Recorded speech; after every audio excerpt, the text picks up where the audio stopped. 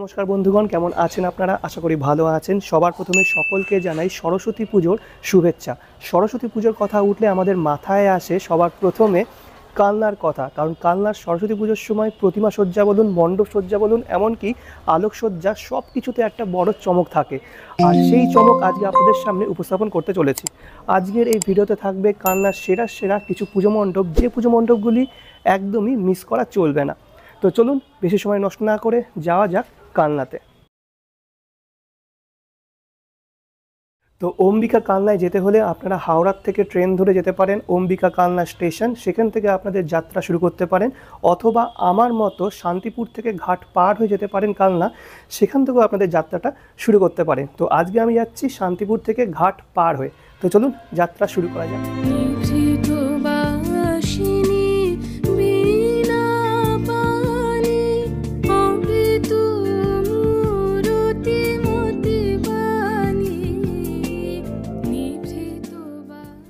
তো শান্তিপুর থেকে ঘাট পার হয়ে আমি এখন দাঁড়িয়ে আছি কালনা ঘাটে। কালনা ঘাট থেকে যাত্রা শুরু করলে যে পুজো মণ্ডপ সবার আগে পড়বে সেটা হলো নেতাজি তরুণ সমিতি। তো চলুন যাত্রা শুরু করা যাক। সবার প্রথমে চলে এসেছি নেতাজি তরুণ সমিতির পুজো মণ্ডপের সামনে।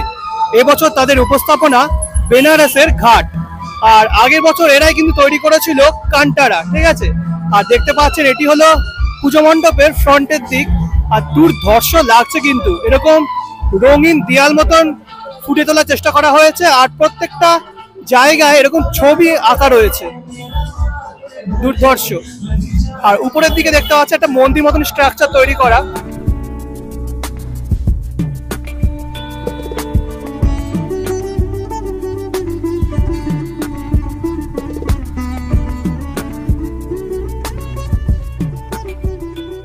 আচ্ছা, বলে রাখি নেতাজি তরুণ সমিতি এবছর ৬২তম বর্ষে পদার্পণ করলো। আর এটি দেখতে পাচ্ছেন, এটা হলো এন্ট্রান্স। তো চলুন ভিতরে প্রবেশ করা যাক।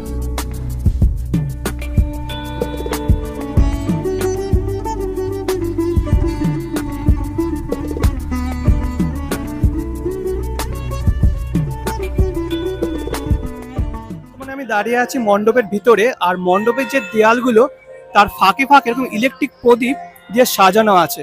শুধু তাই নয়, এই দেয়ালের গায়ে বিভিন্ন দেবদেবীর ছবি তৈরি করা, তাছাড়া বিভিন্ন শোলা দিয়ে এরকম ঠাকুরের মূর্তি নির্মাণ করা হয়েছে। আর একদম সামনেই আছে মা সরস্বতী।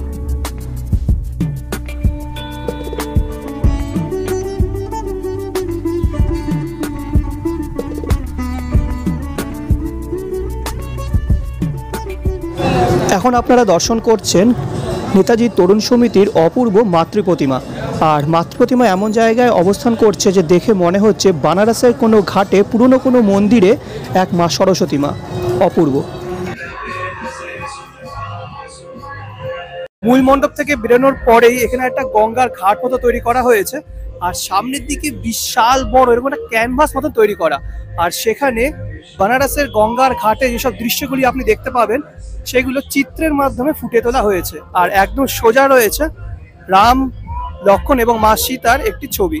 বানারসকে আমরা সকলেই জানি মন্দির নগরী, সেজন্য মণ্ডপের বাইরের অংশও কিন্তু বিভিন্ন দেবদেবীর মূর্তি নির্মাণ করা হয়েছে। এখানে কালী ঠাকুর থেকে শুরু করে দেবাদিদেব মহাদেব, গণেশ ঠাকুর, শ্রী শ্রী রাধাকৃষ্ণের ছবিও এখানে দেখতে পারবেন।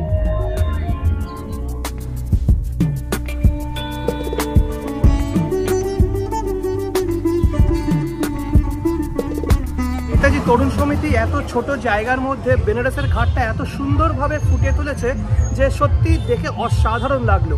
তার সাথে এত কালারফুল প্যান্ডেল খুবই কম লক্ষ্য করা যায়। তো চলুন এবার নেতাজি তরুণ সমিতির পর পরবর্তী পুজো মণ্ডপের দিকে অগ্রসর হওয়া যাক।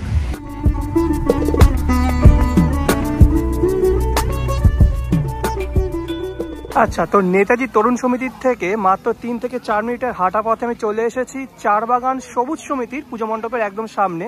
আর এবছর তাদের উপস্থাপনা চীনের বৌদ্ধ মন্দির। আর পুজো মণ্ডপের গায়ে সূর্যের আলো পড়েছে বলে আরও বেশি উজ্জ্বল লাগছে, ঠিক আছে।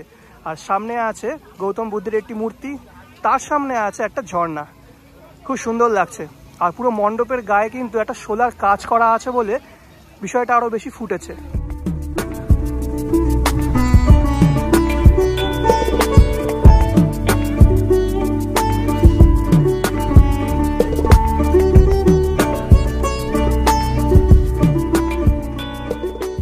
মণ্ডপের বাইরে তো দর্শন হয়ে গেল, এবার চলুন মণ্ডপের ভিতরটা কেমন করেছে সেটা একবার দেখা যাক।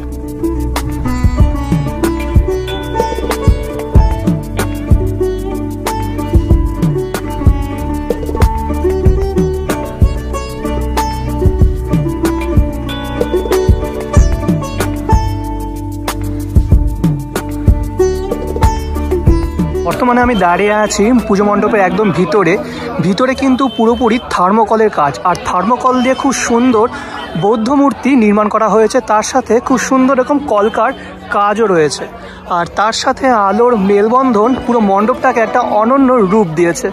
আর মাঝখানটা একবার দেখুন, অসম্ভব সুন্দর লাগছে কিন্তু। আর সামনেই রয়েছে প্রতিমা, আর প্রতিমা কিন্তু একদমই ইউনিক ধরনের। এখানে সামনে গিয়ে আপনাদের দর্শন করাবো, কিন্তু তার আগে একবার এক ঝলকে মণ্ডপের ভিতরটা দর্শন করে নিন। মাতৃপ্রতিমা কিন্তু এখানে সম্পূর্ণ নীল বর্ণের, আর মাতৃপ্রতিমা অনেকটা চাইনিজ যে বৌদ্ধ মূর্তিগুলো হয়ে থাকে বা দেবদেবী হয়ে থাকে তারই আদলে নির্মাণ করা হয়েছে। মায়ের চোখটা একবার দেখুন, জাস্ট অসম্ভব সুন্দর।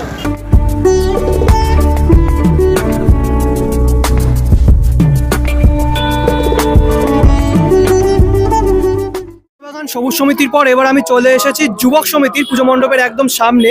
এবছর তারা 101তম বর্ষে পদার্পণ করলো, আর এবছর তাদের উপস্থাপনা তবু মনে রেখো। তো চলুন, আমার সামনে মণ্ডপটি আছে, প্রবেশ করা যাক। আচ্ছা, এটি হলো তাদের এন্ট্রি গেট, মানে প্রধান প্রবেশদ্বার। আর প্রবেশদ্বারটা বেশ সুন্দর করে সাজিয়েছে, ওপর এখন ছোট ছোট কুলো রয়েছে। প্রবেশদ্বার দিয়ে প্রবেশ করেই সামনে রয়েছে একটা ভাস্কর্য, মাথা যেটা সেটা এরকম হাতে রয়েছে, আর মাথার জায়গায় রয়েছে একটা বই। আর এখানে রবীন্দ্রনাথ ঠাকুরের বিভিন্ন কবিতা যে লাইনগুলো সেগুলো লেখা রয়েছে। তো চলুন আস্তে আস্তে সামনের দিকে এগোনো যাক। বর্তমানে দাঁড়িয়ে আছি মণ্ডপের দ্বিতীয় অংশে, আর দ্বিতীয় অংশে বিশাল বড় একটা স্ট্রাকচার তৈরি করা, আর মাঝখানে লেখা রয়েছে পুজো মণ্ডপের থিমের নাম, যেটি হলো তবু মনে রেখো। আর সামনে একটা এরকম গরুর গাড়ি রয়েছে, ঠিক আছে।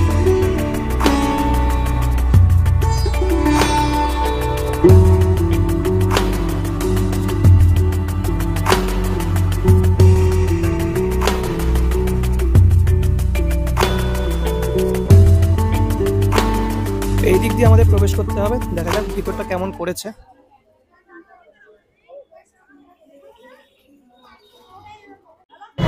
আচ্ছা, মূল মণ্ডপে ঢোকার শুরুতেই সামনে রয়েছে একটা কুঁড়ে ঘর, আর চারিপাশে রবীন্দ্রনাথ ঠাকুরের কবিতার যে অংশগুলি বা যেসব দৃশ্য সেগুলো বিভিন্ন ভাস্কর্য মূর্তির মাধ্যমে ফুটিয়ে তোলা হয়েছে।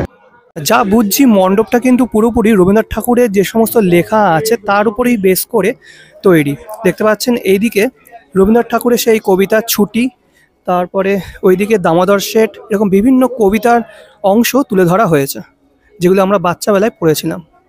আর উপর দিকে যদি তাকান তাহলে খুব সুন্দরভাবে আলো আর এবং কারুকার্যর মেলবন্ধন আমাদের নজর কাড়বে। আর সামনেই রয়েছে বিশ্বকবি রবীন্দ্রনাথ ঠাকুরের একটা মূর্তি, আর তার উপর এরকম অসংখ্য রকম একতারা রয়েছে। এই পুজো মণ্ডপে যে মাতৃপ্রতিমা আছে সেটি কিন্তু একদমই অন্য ধরনের। তো চলুন আপনাদের দেখিয়ে দিচ্ছি। এই হলো বিশ্বকবি রবীন্দ্রনাথ ঠাকুর, তার ঠিক পিছনে রবীন্দ্রনাথ ঠাকুরের একটা বই, তার মধ্যে রয়েছে একটা পেন, আর সেই কলমের মধ্যে মাতৃপ্রতিমাকে ফুটিয়ে তোলা হয়েছে। অসাধারণ অসাধারণ, ঠিক আছে। এদিকে রবীন্দ্রনাথ ঠাকুর মায়ের দিকে তাকিয়ে রয়েছে, আর মায়ের যে বেদি বলতে পারেন অ্যাকচুয়ালি, সেই বেদিটা কিন্তু পুরো কলমের আকৃতি, অসাধারণ। আর যে ব্যাকগ্রাউন্ডটা আছে সেটি কিন্তু একটা বই, আর বইয়ের মধ্যে একটা কবিতা লেখা রয়েছে সহজ পাঠে।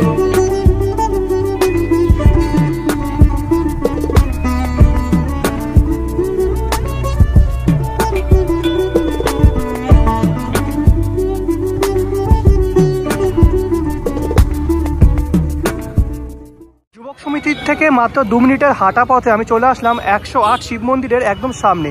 আর এই এলাকায় কিন্তু দুটো পুজো মণ্ডপ পাশাপাশি আছে। বা পাশে দেখতে পাচ্ছেন মোনালিসা ইয়ং বয়সের পুজো মণ্ডপ, আর 108 শিব মন্দিরের ওপাশে আছে স্পুতনিক ক্লাবের পুজো মণ্ডপ। তো আগে চলুন মোনালিসা ইয়ং বয়সের পুজো মণ্ডপটা দর্শন করা যাক। এটা হচ্ছে এদের এন্ট্রি গেট বা প্রবেশপথ বলতে পারেন। আর প্রবেশপথটা খুব সুন্দর করে কিন্তু তারা তৈরি করেছে। এরকম সোজা একটা রাস্তা আছে, আর রাস্তার দুপাশে মহাদেবের যে বিভিন্ন মূর্তি সেগুলো কিন্তু তৈরি করা। এখানে আছে ধ্যানমগ্ন অবস্থায় একটা মূর্তি, এখানে যে বিষ পান করেছিলেন সেটি কিন্তু এখানে তুলে ধরা হয়েছে। আর উপরের দিকে যদি তাকান তাহলে দেখবেন অসংখ্য এরকম হ্যাঙ্গিং লাইটস ঝোলানো হয়েছে, আর সেই জন্য গোটা বিষয়টা খুব সুন্দর লাগছে। আর সামনে একটা মহাদেবের মূর্তি আছে, সেটাও আপনাদের দর্শন করে দিয়ে দেখুন, মাথার খুলির উপর মহাদেব বসে। এই মূর্তিটা আমার দারুণ লাগলো। নিচে রয়েছে অসংখ্য এরকম মাথার খুলি, তার উপর ধ্যানমগ্ন অবস্থায় আছেন দেবাদিদেব মহাদেব। আর ঠিক পাশেই রয়েছে মাতৃ প্রতিমা।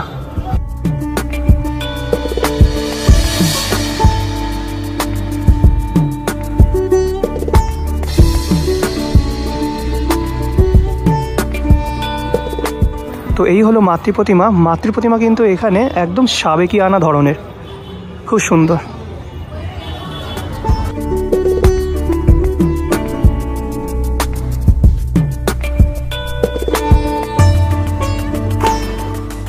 বর্তমানে আমি চলে এসেছি 108 শিব মন্দিরের অপর প্রান্তে, স্পুতনিক ক্লাবের পুজো মণ্ডপের একদম সামনে। এবছর তাদের উপস্থাপনা কথাকলি। তো বলে রাখি, আগের বছরও কিন্তু স্পুতনিক ক্লাব খুব সুন্দর একটা মণ্ডপ উপহার দিয়েছিলেন। আগের বছর ছিল মন্দিরময় কান্না, আর এবছর কথাকলি। কথাকলি হলো আমাদের ভারতবর্ষের 8টা ক্লাসিক্যাল ড্যান্সের মধ্যে একটা, আর তার উপরেই বেস্ট করে তাদের পুজো মণ্ডপ। এটা হলো মণ্ডপের ঢোকার প্রথম অংশ, আর পুরোটাই কিন্তু কথাকলি যে অংশ বিশেষ থাকে, মানে যে বর্ম থাকে, পোশাক থাকে, তা দিয়ে সাজানো হয়েছে।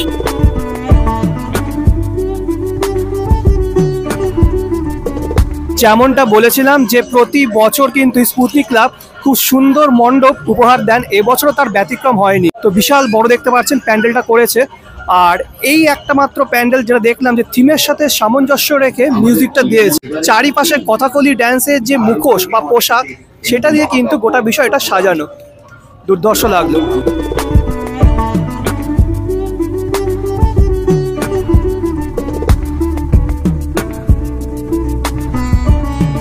বর্তমানে আমি দাঁড়িয়ে আছি মণ্ডপের একদম ভিতরে, অর্থাৎ প্রতিমার সামনে। আর ভিতরটা কিন্তু এক কথায় অসাধারণ করেছে, দেখতে পাচ্ছেন চারিপাশে কাজ করা। আর আরো একটা কথা বলে দিই, স্পুতনিক ক্লাবে এবার বিশেষ আকর্ষণ প্রতিমায়, কারণ প্রতিমা লোহা দিয়ে তৈরি। তো হাতা, খুন্তি, তারপরে যে ওয়াশারগুলো হয়, তা দিয়ে মাতৃ প্রতিমা নির্মাণ করা হয়েছে।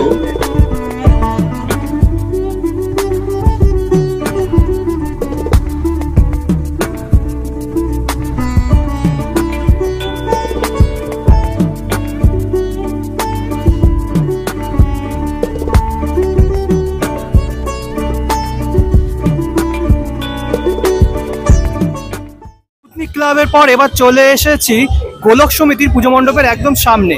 এবছর তাদের উপস্থাপনা মায়াজাল, আর এটি হলো ফ্রন্টের দিক। আর দেখতে পাচ্ছেন বিশাল উঁচু করেছে কিন্তু এই পুজো মণ্ডপ, আর খুবই কালারফুল। তো চলুন ভিতরে প্রবেশ করা যাক।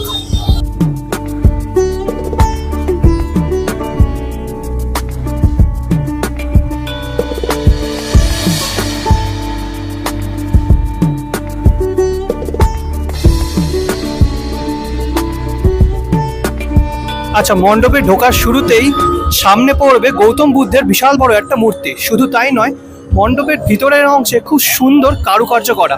দেখতে পাচ্ছেন বিভিন্ন কাগজের অংশ বিশেষ দিয়ে একটা মানুষের মুখাকৃতি তৈরি করা হয়েছে। আর এটি ছিল হচ্ছে মণ্ডপের প্রথম অংশ।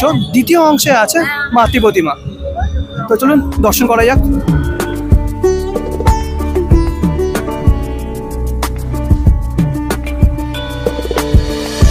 দাঁড়িয়ে আছি মণ্ডপের দ্বিতীয় অংশে, আর এই অংশটাও কিন্তু অসাধারণ কারুকার্য করা। মণ্ডপে যে দেয়াল আছে, সেখানে সূক্ষ্ম কাঠি, কাগজ এসব দিয়ে সাজানো হয়েছে, আর তার উপরে লাইট ফেলা হয়েছে বলে বিষয়টা দেখতে আরো সুন্দর লাগছে। আর সামনে কিন্তু মাতৃ প্রতিমা আছে। মাতৃ প্রতিমা কিন্তু এখানে অনবদ্য, অসাধারণ। তো চলুন সামনের থেকে দেখাচ্ছি।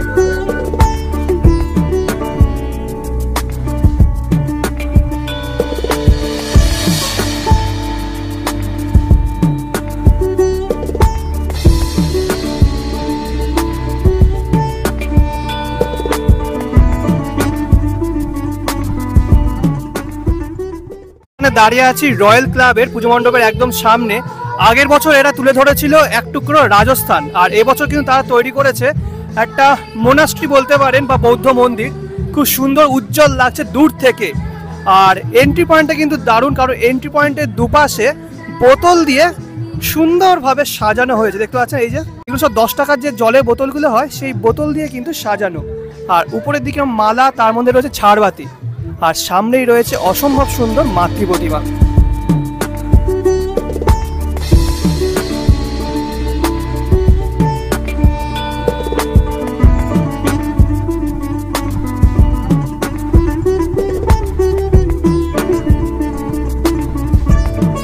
আচ্ছা, দাঁড়িয়ে আছে পুজো মণ্ডপের ভিতরে, আর ভিতরটা কিন্তু অসম্ভব সুন্দর করেছে।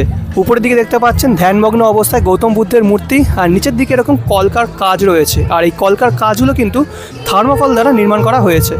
আর একদম মাঝখানে রয়েছে বিশাল বড় একটা ঝাড়বাতি, আর এরই আলোয় পুরো পুজো মণ্ডপ আলোকিত হচ্ছে। আর সামনেই রয়েছে অপূর্ব অনবদ্য মাতৃ প্রতিমা।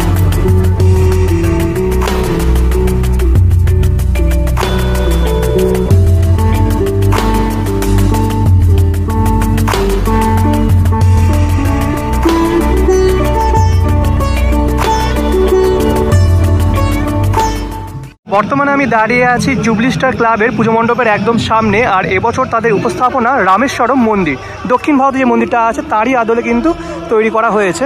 আর পুজো মণ্ডপটা এক কথায় বিশাল উঁচু করেছে, আর বলতে গেলে হুবহু যে রামেশ্বরম মন্দির সেটাই কিন্তু ফুটে তোলার চেষ্টা করা হয়েছে। মণ্ডপের দুপাশে এরকম একটা স্ট্রাকচার মতো তৈরি করা, যেখানে অনেক দেবদেবীর বিগ্রহ তৈরি করা হয়েছে। আর প্রবেশ করবো, কিন্তু তার আগে দেখতে পাচ্ছেন পুজো মণ্ডপের একদম সামনে নন্দী মহারাজের একটি মূর্তি আছে। এই যে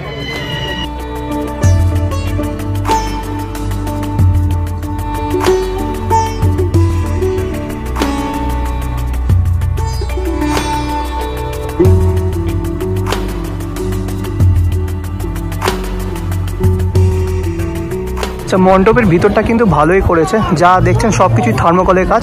আর এই মণ্ডপে কিন্তু মাঝখানে বিশাল বড় একটা ঝাড়বাতি আছে। আর মণ্ডপের যে মাতৃ প্রতিমা সেটি কিন্তু অপরূপ সুন্দর, কাছ থেকে আপনাদের দেখিয়ে দিচ্ছি।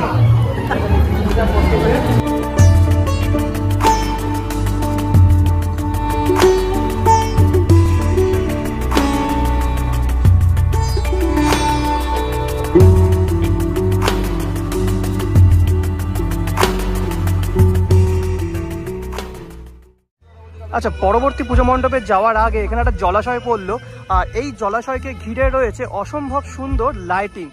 দেখতে পাচ্ছেন একটা পুকুর রয়েছে, আর পুকুরটাকে ঘিরে চারিপাশে দেখুন লাইটিং তৈরি করা হয়েছে।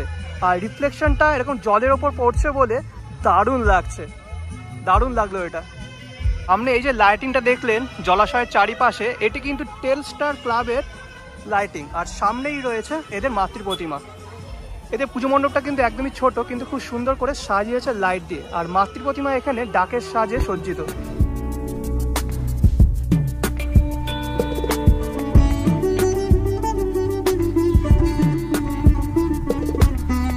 টেলস্টার ক্লাবের থেকে বেরিয়ে তার পাশেই রয়েছে যুব শক্তির পুজো মণ্ডপ। আর পুজো মণ্ডপে যাওয়ার আগে একটা অসম্ভব সুন্দর লাইটিং করেছে, আর পুরো রাস্তাটা জুড়ে এদের লাইটিং অসম্ভব সুন্দর লাগলো এই লাইটিংটা।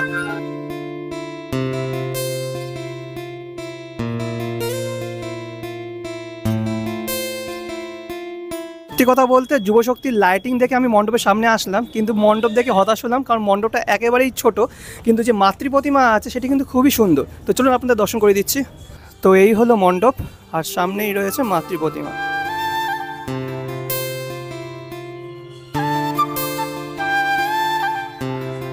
বর্তমানে আমি দাঁড়িয়ে আছি আমার লিস্টে থাকা অন্তিম পুজো মণ্ডপ এবং কালনার অন্যতম হেভিওয়েট পুজো মণ্ডপ, যেটি হলো ত্রিধারার পুজো মণ্ডপ।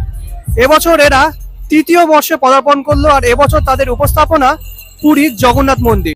পুরীর জগন্নাথ মন্দিরে প্রবেশের জন্য বিশাল বড় একটা এরকম লাইন পড়েছে, আর লাইনটা চলে গেছে একদম রাস্তা অবধি। প্রথমে প্রবেশের জন্য এরকম সার্কেল মতন একটা স্ট্রাকচার রয়েছে তিনখানা, তার মধ্যে দিয়ে মানে তার নিচ দিয়ে আমাদের প্রবেশ করতে হবে।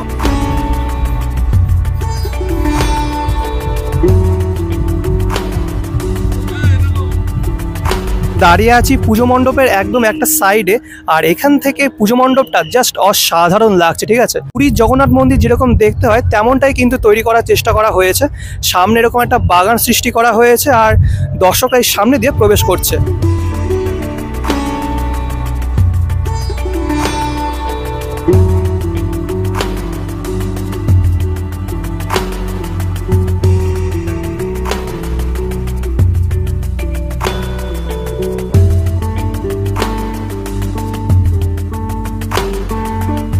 বর্তমানে দাঁড়িয়ে আছি পুজো মণ্ডপের একদম ভিতরে, আর ভিতরে এসে মনে হচ্ছে ভিতরটা যেন একটা রাজমহলের মতো।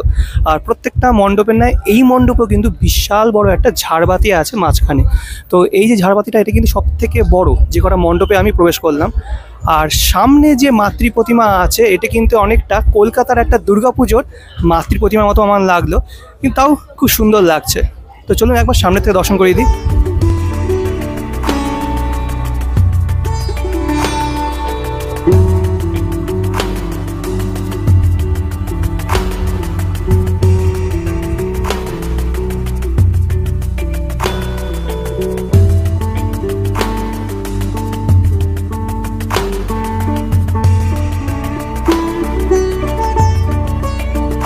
আচ্ছা, তো এই ছিল কালনার সেরা সেরা 10টি পুজো মণ্ডপ। আপনাদের কোন পুজো মণ্ডপটা ভালো লাগলো সেটা অবশ্যই কমেন্ট বক্সে কমেন্ট করে জানাবেন। যদি ভিডিওটা ভালো লেগে থাকে তাহলে অবশ্যই লাইক, কমেন্ট, শেয়ার এবং সাবস্ক্রাইব করে আমাকে আশীর্বাদ অবশ্যই করতে হবে। নেক্সট ভিডিও খুব তাড়াতাড়ি আসছে। আনটিল দেন ভালো থাকবেন, সুস্থ থাকবেন। আজকের জন্য বিদায়।